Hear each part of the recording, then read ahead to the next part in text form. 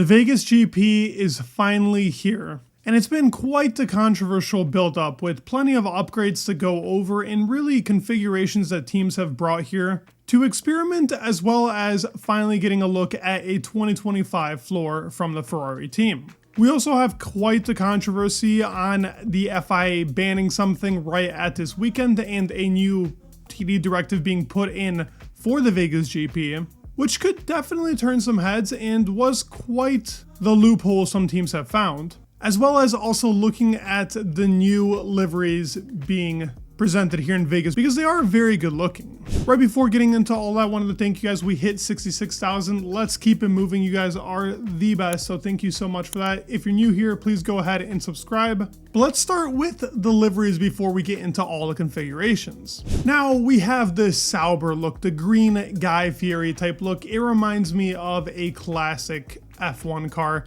with those like weird retro liveries they used to do. I really like this livery. I think it actually suits the car a lot, especially because it's shiny, and I think in these nighttime lights on the TV, it should look even better with that satin finish. Out of the three, I think it's my favorite. For Alpine, it's that pink look. Yeah, it's cool. It's nothing too unique. I do like it on the car. I think the Alpine cars actually looked really good this year, which is a pretty unpopular opinion, but my opinion. And the Visa RB. Yes, the name of this team is not great, but the liveries that they've shown us this year have been pretty nice, I gotta say. I think we've all enjoyed a little bit of those looks, and it's very reminiscent of that old Sauber car. It looks pretty much like it back when Red Bull was actually sponsoring Sauber, so I am a fan. With Petronas, I was also sponsoring Saber at that time. Now, the FIA banned this underbody protection, and supposedly 50% of the teams were using that. Now, these teams that have been reported, at the very least, have been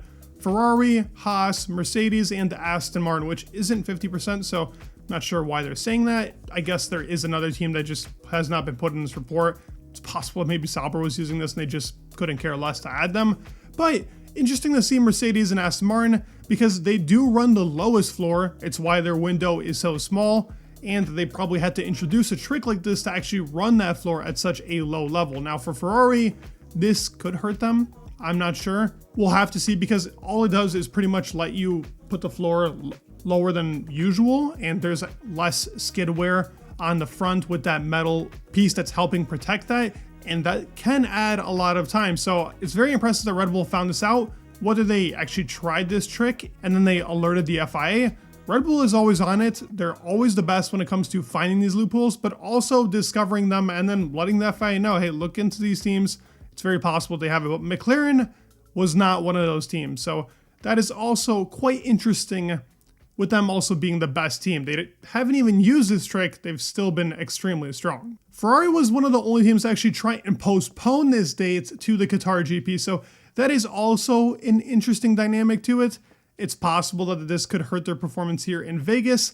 I truly don't believe it's going to hurt them that badly, as Vegas doesn't have too many spots where this plank wear could be really, really bad, unless the car is having a bit of a porpoise problem, but they're not Aston Martin, so it shouldn't affect them too badly. I guess we'll see throughout the weekend.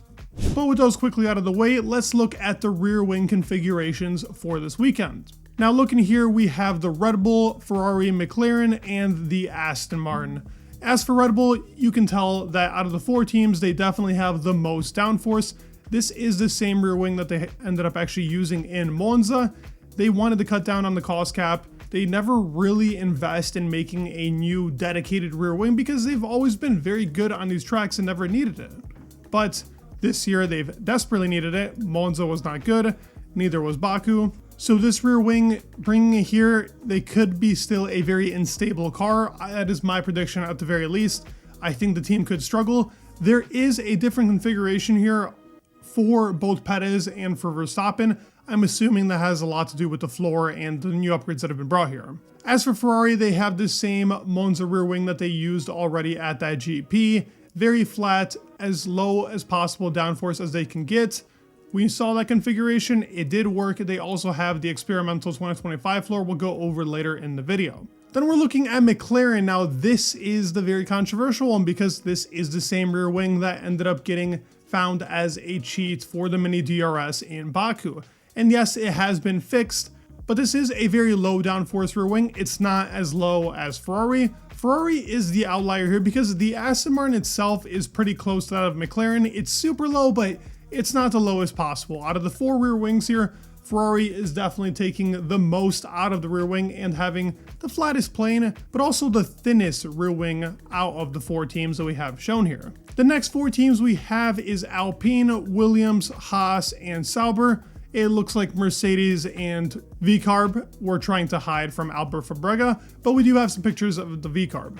Looking at the Alpine, as always, their wings are super flat. That lower plane is pretty much just straight lined out, kind of like the Ferrari, but the upper plane has a bit there to it, just for a little bit of DRS effectiveness. Regardless, this team has actually been pretty decent as of lately, even with the engine deficit. Pretty impressive from Alpine, but super low downforce. Williams also running the same rear wing they ran in Monza, just the slightest bit more downforce than the Alpine. Still, pretty much as low as possible. Looking at the Haas, also flat out. Lower plane is very small, same with the upper plane. The Haas team will definitely be a team to look out for here. They've been very quick on these straight line tracks. They have the same philosophy as the Ferrari when it comes to they're really good in the slow speed corners. It's high speed that's always been a problem for them. And Saber, who's actually brought a couple of different things here to this team, but this rear wing is exactly from Monza. Yet again, they don't have the same philosophy as the other teams when it comes to that rear edge part of that wing, but Sauber is Sauber, so what can we expect, right? But let's look at the front wings, because that's very important here for Vegas. Looking at McLaren first, as you can see, they've also added the MasterCard detail. That team now has a sponsorship with MasterCard, and the front wing that they're using was actually used for the Monza weekend, but not for the actual GP itself. They ended up actually reverting back to a different front wing for the race. So let's see if they end up actually keeping it here for Vegas. They were still really strong. I'm not sure why they reverted back. I guess they wanted a bit more downforce on the front end for both Lando and Oscar. Let's see if that's the case here in Vegas. Stake does also have a new front wing here. They also do have a floor. That's at least what's in the talks. Have no pictures of it. Nothing has been pictured yet, but there should be a new floor here for Sauber. As for the front wing, it's different to other teams. As usual, they're always trying something different, but they're never getting real good results from that. The upper flap has that kind of swiggle pretty much into it. Yes, it does have that same philosophy as starting higher on the nose, but then going lower as it's getting to the front end plate, but it's not a gradual line. There is that cutout there in the middle, and then it does go back up slightly as it gets more to the end plate. So still a different philosophy to the other teams. Now Haas, they have 2 different front nose shapes here. This is for 2 of their different front wings. They want to see which one gives them less drag, so they're going to be trying both of these configurations. One with the nose all the way to the very bottom on that last flap, and then one that's obviously disconnected from the bottom flap. RB also has a different front wing here. They originally brought this back in Canada. There are variations to this front wing. They were also a team like McLaren who tried using it and then ended up actually reverting back. So let's see, they do have the rear suspension here, which has been a very big talking point. So let's see if that RB20 rear suspension will either gain them performance or it'll take a couple of GPs before they can actually get in rhythm of using a different platform and really the baseline for their Twin 25 car. As for Red Bull, they also did bring this beam wing here in Baku. They're using that yet again. We can also see, which is very shocking, but they do have the high downforce engine cover on this car. And this could be possibly the variation that they were talking about between Checo and Max. I wonder if Checo is going to use the higher downforce configuration, at least from the engine cover side, and then Max is going to use the lower downforce configuration, because this is very interesting to see. I did see this when they ended up showing the part near the halo where they have that little aerodynamic part, kind of like the Ferrari's Cobra piece. So I'm wondering if this will make the car fast enough in the straights to actually keep up with the other teams, because the whole point of this engine cover was to use it on high downforce tracks. This track is as low downforce as possible. It'll be very interesting to see. Now, as for Ferrari on their front wing, yes, it is the Monza front wing, but lower in weight.